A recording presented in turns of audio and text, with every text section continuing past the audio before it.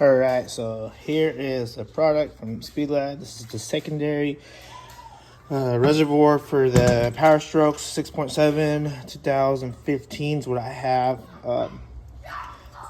The OEMs usually crack and then tend to leak. So be able to partner it up with Speedlab and able to send me a product here and test it out, and let's do for the install, see how it goes.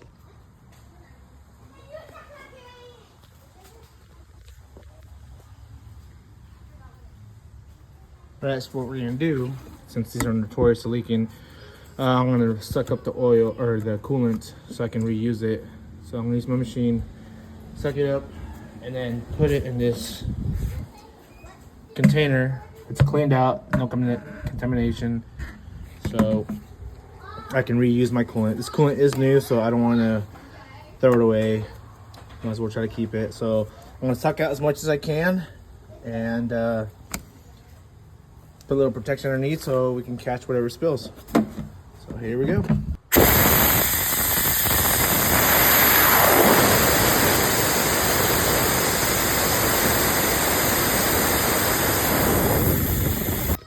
All right, now that it's somewhat drained, I'm able to take out these hoses. After that, take out these two bolts and we'll go from there. So I'm gonna take my aftermarket intake. I know I need to change up the filter.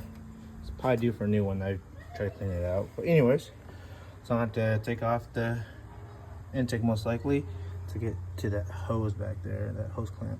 So yeah.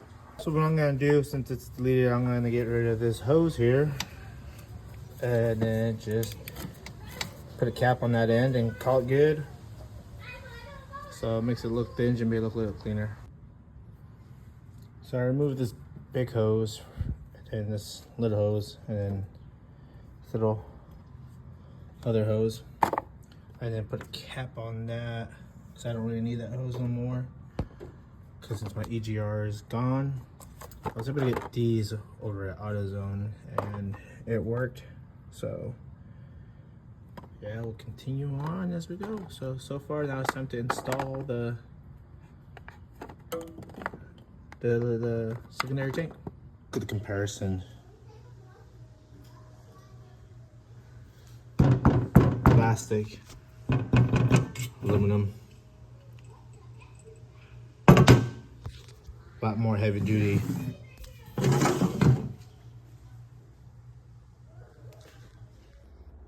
And this is what I mean. It's hard to tell because once it gets dirty, it's hard to tell your levels. So when it sits behind the area and the fountain track, you can't really tell. You have to get a flashlight, put it in the hole, and then you're able to see. But with the new one, it's a lot better to see through the glass sight. But these ones, these secondary ones, the OEMs tend to always crack around the edges a lot of the times. So you'll get them start leaking and you get that leak. And now, you can grab this.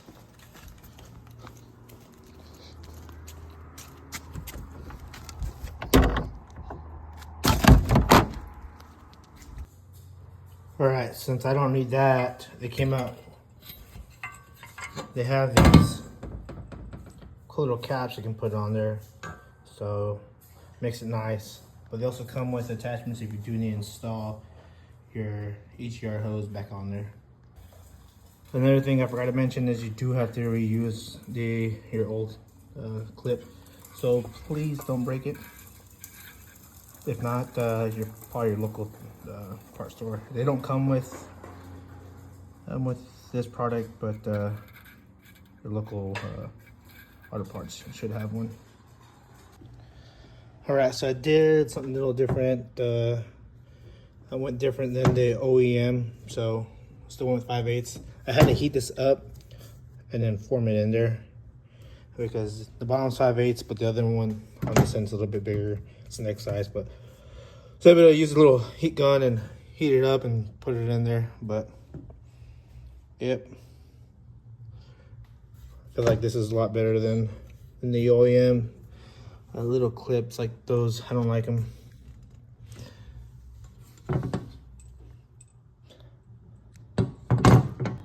All right, so the next step is going to be fill up the reservoir and then fill up the secondary, and then go from there. The intake's back installed. Everything's run properly. All right, now we are running at temperatures. Level's good. And what's nice about this new secondary tank is you can see a lot better on your level. The older one's a lot harder to tell. Everything's going good. Everything ran good attempt. There's no leaks.